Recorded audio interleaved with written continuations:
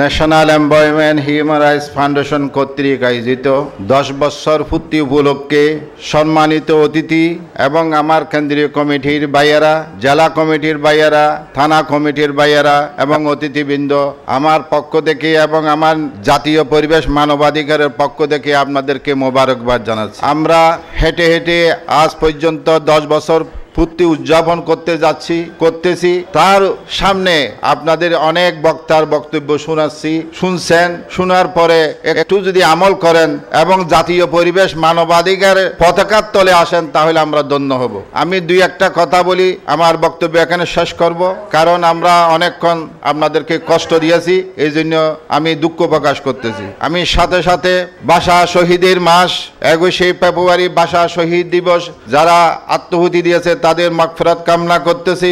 স্বাধীনতার যুদ্ধে যারা জীবন দিয়েছে তাদের আত্মার মাগফিরাত কামনা করতেছি। আবার 24শে আগস্ট যে পরিবেশ রক্ষার জন্য যারা জীবন দিয়েছে তাদেরও আত্মার মাগফিরাত কামনা করতেছি। সাথে সাথে ন্যাশনাল এমপ্লয়মেন্ট হিউম্যান রাইটস ফাউন্ডেশনের আজীবন সদস্য যারা আমাদের থেকে বিদায় নিয়েছে, মৃত্যুবরণ করেছে, তাদের আত্মার মাগফিরাত কামনা করতেছি। আমরা আমাদের একটি লিফলেট আপনাদের সামনে পড়ি শোনানো হয়েছে। এই লিফলেট আমাদের যে কর্ম, আমাদের কি উপলক্ষে আমরা কি কাজগুলি আমরা করতেছি, আমাদের ভবিষ্যতের পরিকল্পনা কি, আমরা দেশকে কিভাবে সহযোগিতা চাই, আমরা সরকারকে কিভাবে সহযোগিতা করি, তার চিত্র আমরা তুলে ধরেছি। আশা করি আপনারা এই যে লিফলেট পড়ে আমাদের পতাকার তলে আসবেন, আমরা সবাই মিলে একটি সুন্দর সোনার বাংলা গড়ে তুলব ইনশাল্লাহ। আমরা চাই আমরা যে মানুষগুলি সেবা দিয়ে যাচ্ছি সেটা হলো গরিব মানুষগুলিকে আমরা বেশি সেবা দিয়ে থাকি। এর জন্য অসহায় গরিবদেরকে আমরা বিভিন্নভাবে সাহায্য করেছি। তার মধ্যে উল্লেখযোগ্য হলো আমরা এই যে গরিব অসহায় মানুষকে ফ্রি চিকিৎসা দিয়ে প্রতিটি ক্যাম্প করে 500 জন মানুষকে আমরা ওষুধপত্র সহ সহযোগিতা করেছি, যার জন্য আমাদের অনেক পরিচিতি লাভ করেছে। তবু আমরা একটি সোনার বাংলা উপহার দিতে গেলে কি করণীয় তার চিত্রগুলি আমরা তুলে ধরতে চাই। আমরা দেশকে ভালোবাসি, দেশের জন্য কাজ করি। কেন দেশকে ভালোবাসি? দেশ আমার জন্মভূমি, আমার হক, আমার আদম সন্তানের দিকে যেমন আমরা ভাই ভাই, হিন্দু, বুদ্ধ, খ্রিস্টান, মুসলমান সবাই আমরা এক মায়ের এবং এক বাপের সন্তান, যার পরিপ্রেক্ষিতে কেউ মুসলমান হয়েছি আল্লাহ এবং রসুলের আদর্শ মানার কারণে। আজ এই আল্লাহ রসুলের আদর্শ না মানার কারণে অনেক ধর্ম অবলম্বী হয়েছে। তারপরও আমরা ভাই ভাই, কারণ আদম সন্তানের হিসাবে আমরা ভাই ভাই, যার পরিপ্রেক্ষিতে এই মানুষকে সচ্ছল করার জন্য, দুর্নীতি মুক্ত একটি সমাজ প্রতিষ্ঠার জন্য, মাদক মুক্ত একটি সমাজ প্রতিষ্ঠার জন্য, আইনের সুশাসনের জন্য আমরা কাজ করে যাচ্ছি। আমরা একদিকে পরিবেশকে রক্ষা করার জন্য কাজ করি, অন্যদিকে আমরা মানবাধিকার রক্ষার জন্য সরকারের চিত্রগুলি সরকারের কাছে পৌঁছে দেওয়ার জন্য চেষ্টা করি। কারণ আমরা তো সরকার না, তারপরও আমরা সরকারের যে মূলনীতি এটা আমরা তুলে ধরতে চাই। বিভিন্ন সেমিনারের মাধ্যমে, বিভিন্ন আহ্বানের মাধ্যমে সরকারকে আমরা বলে দিতে চাই। আমরা দেশ এখন নতুনভাবে স্বাধীন হয়েছে বলে আমরা মনে করি, কিন্তু মানবাধিকার সংগঠনগুলি এখনো মনে করে না এই দেশ পূর্ণাঙ্গ স্বাধীনতা লাভ করতেছে। জনগণ এখন বিভিন্ন সমস্যার জর্জরিত।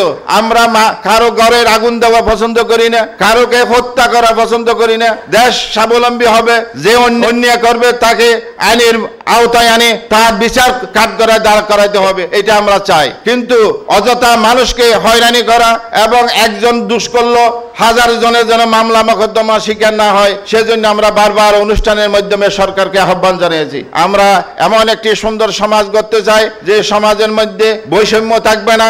আমরা ভাই ভাই হিসেবে যেখানে একটি সমাজ প্রতিষ্ঠা করতে যেমন সমাজের কিছু বিত্তবান সাথে সাথে মানবসেবীমূলক মানুষের দরকার হয়, তেমনি এই যে জাতীয় পরিবেশ মানবাধিকার সংগঠন, এটা আমরা কিছু মানুষকে ঐক্যবদ্ধ করতে চাই, যাদের ভিতরে দুর্নীতির গন্ধ থাকবে না, যাদের ভিতরে আল্লাহ রসুলের ভয় থাকবে, সেই রকম মানুষ সৃষ্টি করতে চাই। তারপরে আমরা চাই আমরা সবাই মিলে যদি এই দেশকে ভালোবাসি তাহলে আমরা একটি দুর্নীতিমুক্ত দেশ গঠন করতে চাই। দুর্নীতির কারণে হাজার হাজার কোটি কোটি মিলিয়ন টাকা আমাদের দেশ থেকে চলে গেছে, কিন্তু আমরা ফিরে আনতে পারছি না, কারণ আমাদের রাজনৈতিক প্রেক্ষাপট অনেকের অনেক মনোমালিন্য থাকার কারণে। এখানে সবাই যায় সরকার গঠন করতে, কিন্তু আসলে সরকার গঠন করার আগে যে মানুষকে সংশোধন করতে হবে, মানুষ হিসেবে মানুষকে পরিচালনা করতে হবে, সেই মানুষ আমরা পাচ্ছি না। আমরা মানুষ সবাই, কিন্তু সৎ মানুষের অভাবের কারণে আমাদের দেশ আজ দুর্নীতি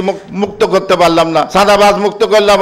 চাঁদাবাজ এখন বেড়ে যাচ্ছে দিন দিন, কিন্তু চাঁদাবাজের হাত থেকে আমরা দেশকে বাঁচাইতে পারতেছি না। তাই আসুন, আপনাদেরকে অনেক কষ্ট দিয়েছি, আমাদের এরপরে আপ্যায়নের ব্যবস্থা আছে। এরপরে আমরা 10 জনকে আমরা সম্বোধন করি, সম্বোধনা দিতে চাই, কারণ তাদেরকে আমরা মানব সেবামূলক কাজ করার কারণে তাদেরকে আমরা সম্বোধিত করেছি। এরপরে আমরা একটা কেক কাটবো, সবাই সহযোগিতা করবেন। আল্লাহর কাছে আমি দোয়া করি আল্লাহ যেন আমাদেরকে নেক হায়াত দান করে, আল্লাহ যেন আমাদেরকে বিভিন্ন বালা মুসিবত থেকে রক্ষা করে। আমার দেশকে সোনার বাংলা করার জন্য কিছু মানুষ যদি আল্লাহ তৈরি করে দেয়, তাহলে একটি সুন্দর দেশ আমরা পাবো। আল্লাহ যেন সেই তৌফিক দান করে। ওমা তৌফিক ইল্লা বিল্লাহ। আসসালামু আলাইকুম ওয়া রাহমাতুল্লাহ।